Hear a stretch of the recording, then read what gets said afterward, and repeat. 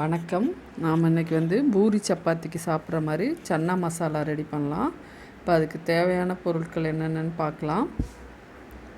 பெரிய வெங்காயம் 3 number, chana masala 250 gram, 3 Bangalore தக்காளி, இஞ்சி பூண்டு பேஸ்ட்டு, பச்சை மிளகாய் 2, சன்னா மசாலா, கரம் மசாலா, தனி மிளகாத்தூள், மஞ்சத்தூள், முந்திரி, பட்டை, கிராம்பு, பிரிஞ்சி இலை, கடுகு, அப்புறம் தாளிக்கிறதுக்காக பெரிய வெங்காயம் 1 பொடியாக நறுக்கி வச்சுருக்கிறேன். அடுத்து இதில் கடைசியாக சன்னா மசாலா ரெடியான உடனே போடுறதுக்காக அமுல் பட்டர். இப்போ நம்ம வெள்ளை கொண்டக்கடலையை காலையில் செய்யணுன்னா நைட்டே ஊற வச்சிடணும்.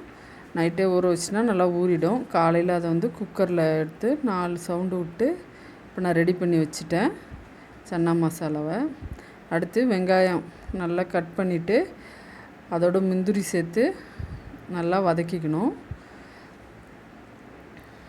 அடுத்து தக்காளியை நல்லா கொதிக்கிற தண்ணியில் ஒரு 10 மினிட்ஸ் போட்டு அதையும் பேஸ்ட்டாக எடுத்து வச்சுக்கணும்.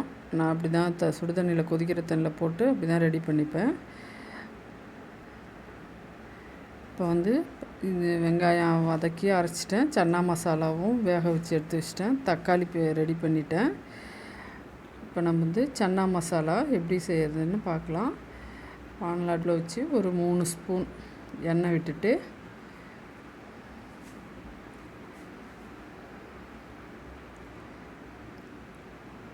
எண்ணெய் நல்லா சூடேறின உடனே கடுகு போட்டு அது நல்லா பொரிஞ்ச உடனே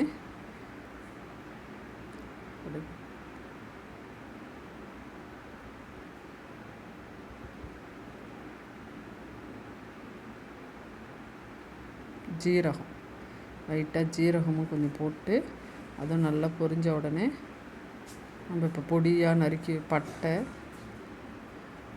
கிராம்பு, பிரிஞ்சி இலை சேர்த்துட்டு அடுத்து நம்ம பொடியாக நறுக்கி வச்சுருக்கிற வெங்காயத்தை சேர்க்கணும். வெங்காயத்தை சேர்த்துட்டு அதை நல்லா பொன்னிறமாக வர வரலையும் நல்லா வதக்கிக்கணும்.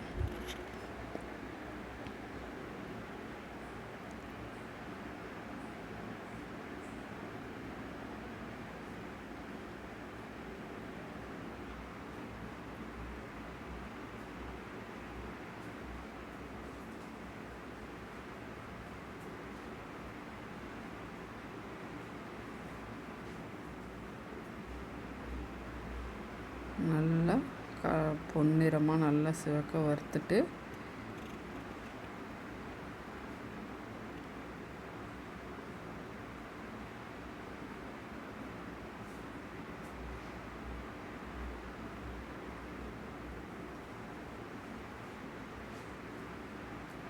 ரெண்டு ஸ்பூன் இஞ்சி பூண்டு பேஸ்ட்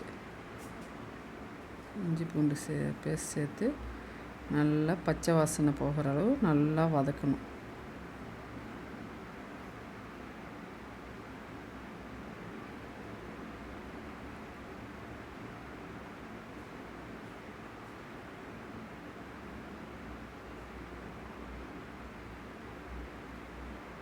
நல்லா வதக்கியாச்சு. இப்போ அடுத்து வெங்காயமும் முந்திரியும் சேர்ந்து அரைச்சி வச்சுருக்க அந்த பேஸ்ட்டை போடணும். போட்டு நம்ம வதக்கி அரைச்சிட்டதுனால ரொம்ப நேரம் வதக்கணும்லாம் இல்லை. ஏன்னா வதக்கும் போதே பச்சை வாசனை போயிருக்கும். ஆனாட்டி வெங்காயம் முந்திரி அரைச்ச விழுதை போட்டு கொஞ்சம் வதக்கிட்டு அப்படி கொஞ்சம் கொதி வந்தவுடனே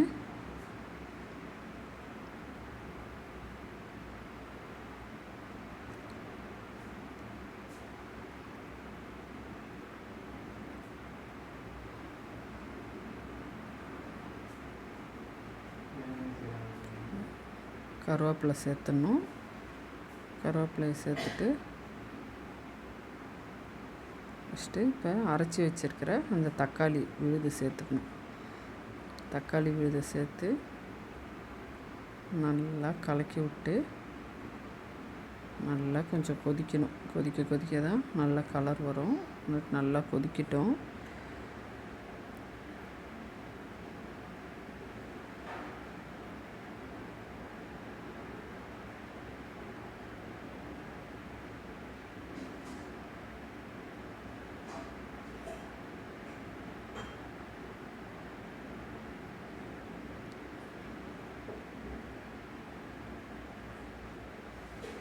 மஞ்சத்தூள் ஒரு 1/4 சிட்டிகை சேர்த்துக்கலாம். மஞ்சத்தூள் சேர்த்துட்டு தனி மிளகாத்தூள் ஒரு அரை ஸ்பூன் சேர்த்துட்டு நல்லா கிண்டிக்கணும்.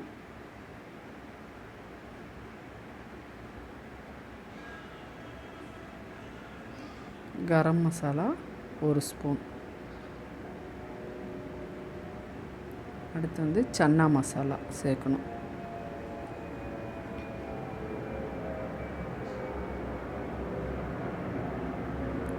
சன்னா மசாலாவையும் சேர்த்து நல்லா கிளறி விட வேண்டியதுதான். நல்லா கிளறி விட்டுட்டு நல்லா கிளறணும்.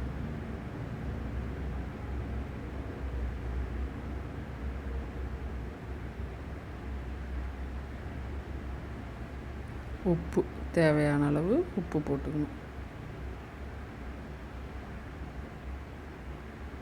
காஞ்ச மிளகாவையும் போட்டு நல்லா கிளறி விட வேண்டியதுதான்.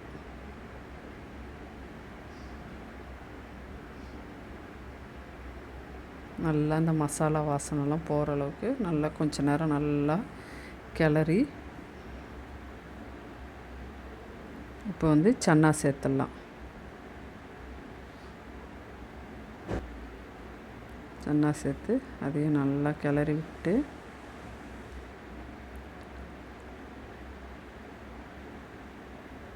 நல்லா கிளறி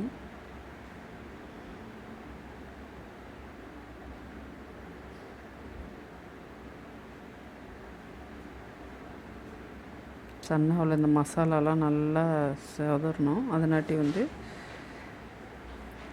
இப்போ பச்சை மிளகா, இப்போ 2 பச்சை மிளகா கட் பண்ணி வச்சுருந்ததை சேர்க்கணும்.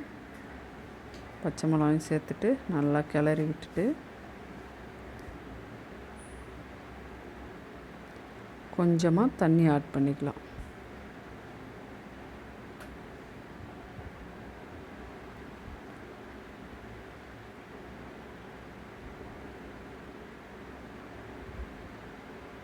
தண்ணி ஆட் பண்ணி நல்லா கிளறி விட்டு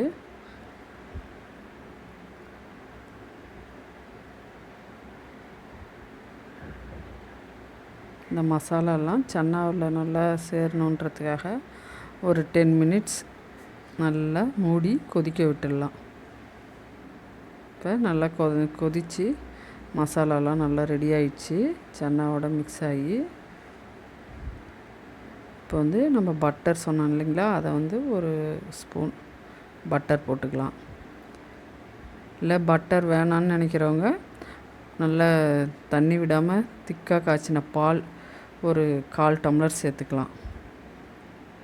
பட்டர் வேணான்னு நினச்சிங்கன்னா சேர்த்துட்டு நல்லா கிளறி விட்டு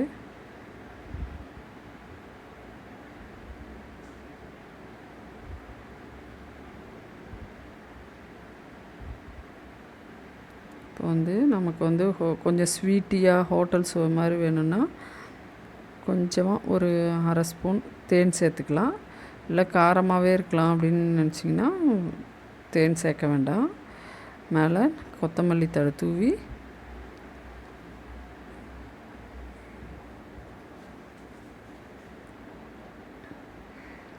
நல்லா அதை கிளறி விட்டு இப்போ சுவையான சன்னா மசாலா ரெடி ஆயிடுச்சு. இந்த ரெசிப்பியை நீங்களும் ட்ரை பண்ணி பாருங்கள். உங்களுக்கு பிடிச்சிருந்துச்சுன்னா லைக் பண்ணுங்கள், ஷேர் பண்ணுங்கள், சப்ஸ்கிரைப் பண்ணுங்கள், அந்த பெல் பட்டனையும் அடிச்சிருங்க. தேங்க்யூ.